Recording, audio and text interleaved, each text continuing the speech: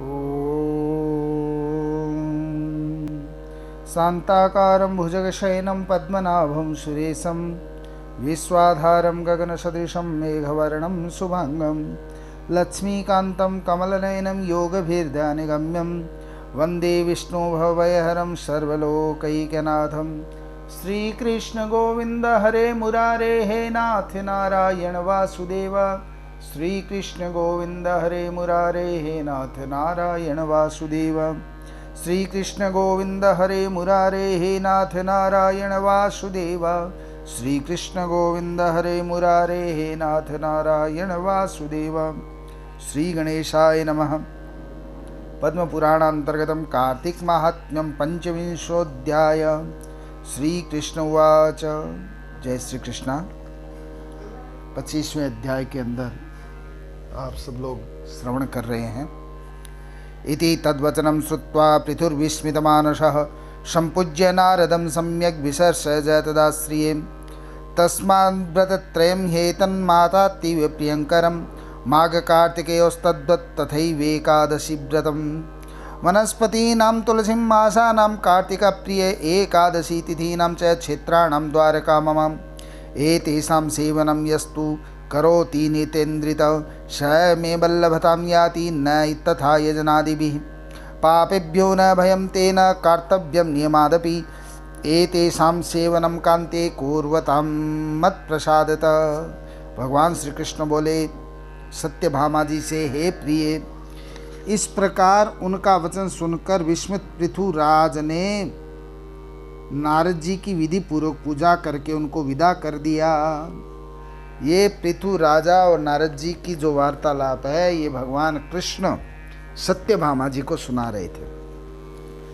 और अब पृथु राजा ने नारद जी का पूजन किया इतना वृत्तांत सुन करके और उनको विदा कर दिया।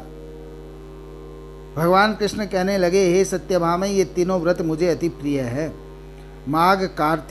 माघ महीने का, कार्तिक महीने का और एकादशी का।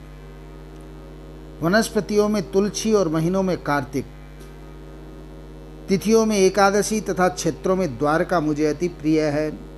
इंद्रियों को वश में करके जो इनका सेवन करेगा वह मुझको जितना प्यारा होगा उतना यज्ञादिकों से भी नहीं हो सकता। वह पुरुष पापों से भय न करे। हे प्यारी, इन तीनों के सेवन करने वाले पुरुषों के पाप मेरे प्रसाद से दूर हो जाते हैं। सत्यभामोवाच। विस्मापनीयं तन्नाथ यत्त्वया कृतं मम परदत्तेन पुण्येन कलहमुक्तिपागता। इत्थं प्रभायो वो यम्मासं कार्तिकस्ते प्रियङ्कर स्वामी द्रोहादिपापानि स्नानपुण्यैर्गतानि यत् तत्तं च लभ्यते पुण्यं यत्परेण कृतं किल आदत्तं केन मार्गेण लभ्यते वा न वेति च। श्रीकृष्ण उवाच। आदत्तान्यपि पुण्यानि पापान्यपि तथा नरे प्राप्यन्ते कर्मणा येन तद्यथा वह्निशामय देशग्रामकुलानि शूर्भागभाञ्जिकृतादिषु कलौ तु केवलं कर्ता फलभुक्त्यो पुण्यपापयो। सत्यभामा जी भगवान कृष्ण जो बोले, हे नाथ, जो आपने मुझसे ये बात कही कि पराये के दिए पुण्य से कलह मुक्ति को प्राप्त हो गई। धर्मदत्त ब्राह्मण ने अपना व्रत का आधा पुण्य कलह को दिया जिससे मुक्ति हुई। ये बड़े ही विस्मय की बात है। इस कार्तिक मास का ऐसा प्रभाव है और ये आपको ऐसा प्यारा है कि जिससे स्वामी से द्रोह आदि पाप भी स्नान के पुण्य से दूर हो गए। हे प्रभु, पराया पुण्य देने से ही मिलता है या बिना दिए भी किसी तरह मिल सकता है, सो कहिए। भगवान कृष्ण बोले, बिना दिए हुए पुण्य तथा पाप मनुष्यों को कैसे मिलते हैं, सो यथावत सुनो। सतयुग त्रेता द्वापर में देश, गांव और कुल पुण्य पाप के अंश भागी होते हैं और कलयुग में केवल करने वाला ही पुण्य तथा पाप का भागीदार होता है। अन्य युगों के अंदर तो गांव, देश, कुल सब कोई भागीदार होते थे, अंश मात्र जितना अंश सबका अलग अलग था। लेकिन कलयुग में जो पाप कर्म करने वाला है, पुण्य भी वही भोगेगा और पाप भी वही भोगेगा। अकृतेति हि संसर्गे व्यवस्थे यमुदायता संसर्गात् पुण्यपापानि यथा यान्ति तथा शृणु। एकस्या मिथुनाद्योनेरेकपात्रस्थभोजनात् फलार्थं प्राप्नुयान् मर्त्यो यथावत् पुण्यपापयो अध्यापनाद्या जनाद्वाप्ये कम्पक्त्यसनादवि तुर्यासं पुण्यपापानां परोक्षं लभते नरः दर्शनश्रवणाभ्यां च मनोद्माता तथैव च परस्य पुण्यपापानां सदा सम्प्राप्नुयान् नरः परस्य निन्दां पेशून्यं धिक्कारं च करोति यः तत्कृतं पातकं प्राप्य स्वपुण्यं प्रददाति स कुर्वतः पुण्यपापानि सेवां यः कुरुते नरः पत्नीभृत् कशिष्येभ्यो यदन्यं कोऽपि मानव। संसर्ग न करने पर यह व्यवस्था कही गई है। संसर्ग के जैसे पुण्य पाप दूसरे को मिलते हैं सो सुनो। एक दूसरे का साथ करने से एक दूसरे को पुण्य पाप कैसे मिलते हैं उसके विषय में बताया।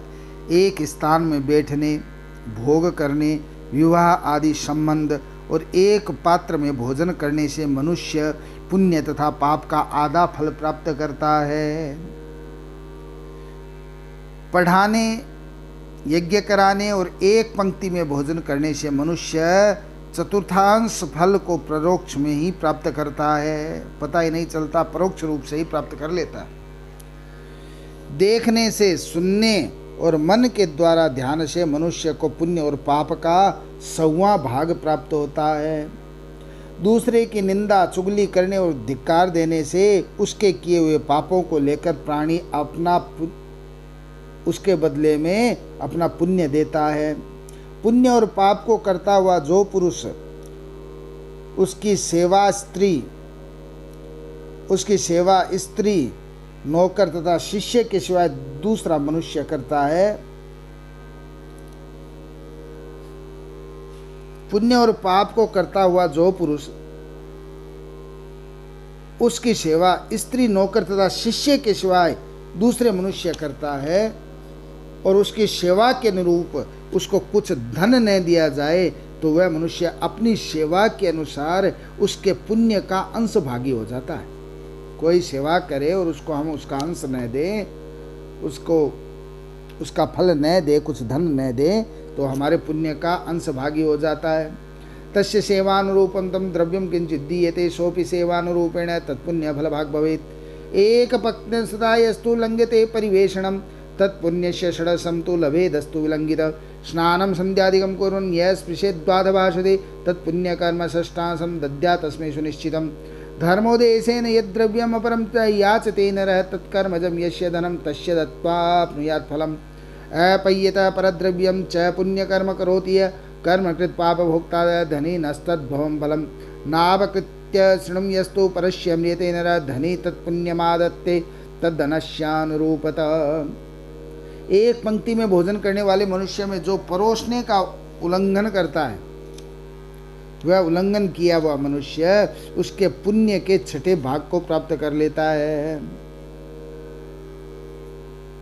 स्नान तथा संध्या आदि करते समय कोई यदि किसी से बातचीत करे तो वह करने वाले मनुष्य अपने शुभ कर्म का 6ठा भाग उसे दे देता है।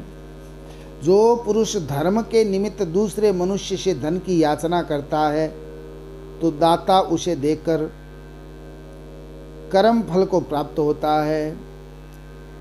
पराया द्रव्य हरण कर जो कोई पुण्य करता है तो कर्म करने वाला पाप भागी होता है और धन वाले को कर्म का फल मिल जाता है। हमारा धन किसी ने चुरा करके यदि पुण्य कर्म कर दिया तो वो पापी होगा और हमें वो धन का पुण्य फल मिल जाएगा। जो मनुष्य दूसरे का ऋण चुकाए बिना मर जाता है तो धनी अपने धन के अनुरूप उसका पुण्य ले लेता है। बुद्धिदाता अनुमंता च यस्योपकरणप्रद प्रेरकश्चापि षडांशं प्राप्नुयात् पुण्यपापयो। प्रजाभ्य पुण्यपापानां राजा संस्था समुद्धरे शिष्याद् गुरुस्त्रियो भर्ता पित्रा पुत्रा तथैव च। स्वपत्युरपि पुण्यस्य योषिद्वमवाप्नुयात् चेतस्यानुव्रता सा स्याद्भूर्तः सन्तुष्टिकारिणी। परहस्तेन दानादि पूर्वतः पुण्यकर्मणः विना भृतकपुत्राभ्यां कर्ता सस्तान् समुद्धरेत्। वृत्तिदो वृत्तिसंभोक्तो पुण्यं षडांशमुद्धरेत्। आत्मनो वा परस्यापि यदि सेवं न कारयेत्। इत्थं यदत्तान्यपि पुण्यपापान्यायान्ति नित्यं परञ्चिन्तानि। बुद्धि देने वाला अर्थात सिखाने वाला, सलाह देने वाला, उस कर्म की सामग्री देने वाला और प्रेरणा करने वाला मनुष्य पुण्य पाप के छठे भाग को प्राप्त होता है। प्रजा के पुण्य पाप का छठा भाग राजा पाता है। वैसे ही शिष्य से गुरु, स्त्री से पति और पुत्र से पिता छठा भाग प्राप्त करता है। अपने पति के पुण्य का आधा भाग स्त्री पाती है। यदि उसकी आज्ञा में रहने वाली हो और प्रसन्न करने वाली हो तो ही वो आधा भाग पुण्य का पाती है, अन्यथा नहीं पाती। जो पुण्यात्मा पुरुष पराये हाथ से दान करता है तो नौकर और पुत्र को छोड़कर करने वाला छठा भाग पाता है। जीविका देने वाला खाने वाले के पुण्य का छठा भाग पाता है। कोई भूखा है और उसको हमने अन्न दान कर दिया है तो उसके पुण्य का छठा भाग हमें मिलेगा। जो अपनी या और की सेवा न करावे, अन्यथा नहीं, जो अपनी या और की सेवा न करावे तो छठा भाग प्राप्त करता है, अन्यथा नहीं प्राप्त करता। इसी तरह बिना दिए भी पराये इकट्ठे किए हुए पुण्य पाप मिलते रहते हैं, परंतु कलयुग में यह नियम लागू नहीं है। जय श्री राम। ये सारी बातें हैं, लेकिन कलयुग में ये सारी बातें ये सत्य, त्रेता, द्वापर आदि युगों की है। कलयुग के अंदर क्या है? बोले कलो त्वयं विनियमो न कार्यः करते व भोक्ता खलु पुण्य पापयो शृणुस्व चास्मिन्तिहासमुग्रं पुरा भवं पुण्यमति प्रदं च। क्योंकि कर्ता कलयुग के अंदर जो कर्म करने वाला है वही पुण्य या पाप का भोक्ता बनता है। इस विषय में एक प्राचीन और बहुत ही इतिहासकारक पवित्र मति को देने वाला वृतांत सुना रहे हैं, जो अगले 26वें अध्याय में सुनाएंगे। इति श्री पद्म पुराणे कार्तिक महात्म्ये पंचविंशोत्सव संपूर्णं। श्री कृष्ण गोविंद हरे मुरारे, हे नाथ नारायण वासुदेव। श्री कृष्ण गोविंद हरे मुरारे, हे नाथ नारायण वासुदेव। बोलिए कृष्णचंद्र भगवान की जय।